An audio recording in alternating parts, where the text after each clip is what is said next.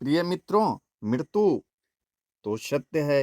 एक न एक दिन हम सभी को होना है। तो काल से डरना नहीं चाहिए, मृत्यु से डरना नहीं चाहिए।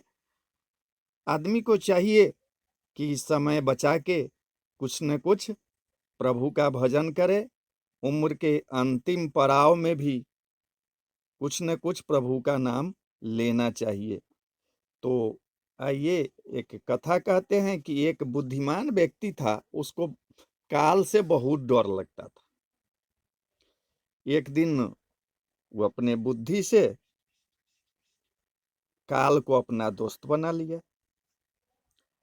काल को उसने अपने दोस्त मित्र काल से कहा कि तुम तो किसी को नहीं छोड़ते हो, किसी दिन मुझे भी अपने साथ तुम ले जाओगे।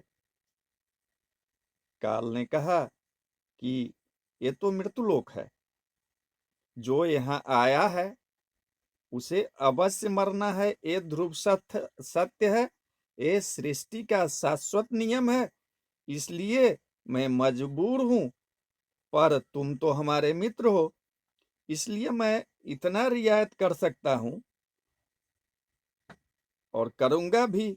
जो तुम मुझसे आशा रखते हो कि तुम्हें हम क्या रियायत करें, साफ साफ हमें बताओ। व्यक्ति ने कहा कि मित्र, मैं इतना ही चाहता हूं कि आप मुझे अपने लोक ले जाने के लिए, जब मेरी मृत्यु नजदीक आएगी तो कुछ दिन पहले एक चिट्ठी हमें लिख देना, ताकि मैं अपने बाल बच्चों कारोबार की सभी बातों को उनको समझा कर और मैं भी स्वयं भगवान के भजन में लग जाऊंगा।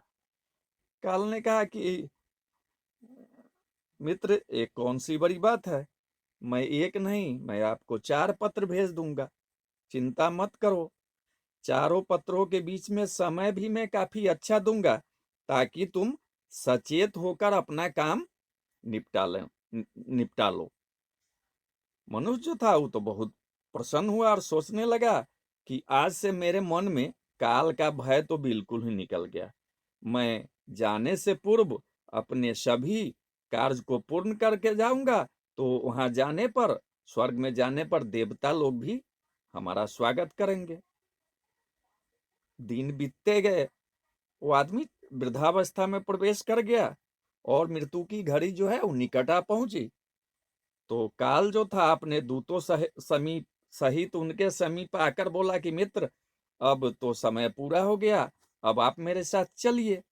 मैं सत्यता और दृढ़ता पूर्वक अपने स्वामी की आज्ञा पालन करते हुए एक क्षण भी आपको यहाँ अब हम नहीं छोड़ूंगा। मनुष्य जो था उसके तो माथे पर बल पड़ गए, भिपटी तन गई और कहने लगा, धिक्कार है तुम्हारे जैसे मित्र पर। मेरे साथ विश्वासघात करते हुए तुम्हें शर्म नहीं आती?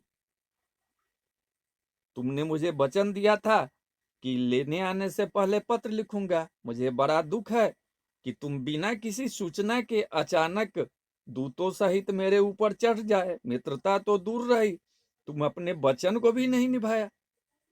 काल हंसा और बोला, मित्र, इतना झूठ तो न बोलो। मेरे सामने में ही मुझे झूठा सिद्ध कर रहे हो। मैंने आपको एक नहीं 4 पत्र भेजे, आपने एक भी उत्तर नहीं दिया। मनुष्य ने चौंक कर पूछा, कौन से पत्र? आपके पास कोई सबूत है? मुझे जो पत्र प्राप्त हुआ उसकी पावती रसीद है आपके पास कोई? काल ने कहा, मित्र, घबराओ नहीं, मेरे चारों पत्र इस समय आपके पास मौजूद हैं। मेरा पहला पत्र आपके सिर पर चढ़कर बोला, आपके काले सुंदर बालों को पकड़कर उन्हें सफेद कर दिया, और यह भी कहा कि सावधान हो जाओ, जो करना है कर डालो। नाम बड़ाई और धन संग्रह के झंझटों को छोड़कर भजन में लग जाओ। पर मेरे पत्र का आपके ऊपर जरा सा भी असर नहीं हुआ। बनावटी रंग लगाकर आपने अपने बालों को फिर से काला कर लिया और पुनः जवान बनने के सपनों में खो गए। आज तक मेरे श्वेत अक्षर आपके सिर पर लिखे हुए हैं। कुछ दिन बाद मैंने दूसरा पत्र आपके नेत्रों को भेजा। आपके नेत्र की जो रोशनी थी वो कमजोर पड़ने लगी। फिर भी आप आंख पर चश्मा लगाकर आप जगत को देखने का प्रयत्न करने लगे। 2 मिनट भी संसार की ओर से आंखें बंद कर कर ज्योति स्वरूप प्रभु का ध्यान अपने मन में एक बार भी नहीं किया। इतने पर भी आप सावधान नहीं हुए, तो मुझे आपकी दीन दशा पर बहुत तरस आया और मित्रता के नाते मैंने तीसरा पत्र भी आपको लिख दिया। इस पत्र में आपने दांतों को छुआ, हिलाया और तोड़ा, माने आपका दांत भी टूट गया।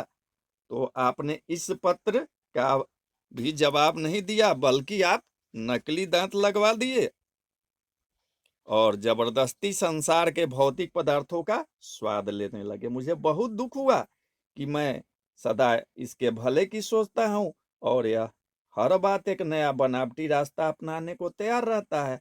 अपने अंतिम पत्र के रूप में मैंने रोग, क्लेश तथा पीड़ाओं को भेजा, परंतु आपने अहंकारवश सब सुना कर दिया।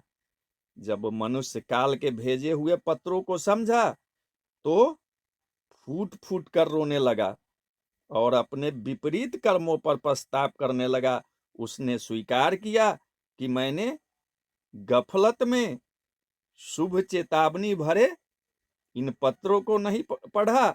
मैं सदा यही सोचता रहा कि कल से भगवान का भजन करूंगा, अपनी कमाई अच्छे शुभ कामों में लगाऊंगा, पर वह कल नहीं आया।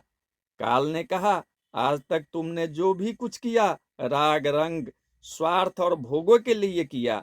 जानबूझकर ईश्वरीय नियमों को तोड़कर जो काम करता है वह क्षमा योग्य नहीं होता। मनुष्य को जब अपनी बातों से काम बनता नजर नहीं आता तो उसने काल को करोड़ों की संपत्ति को लोभ दिखाया। काल ने हंसकर कहा, मित्र, यह मेरे लिए धूल से अधिक कुछ भी नहीं है।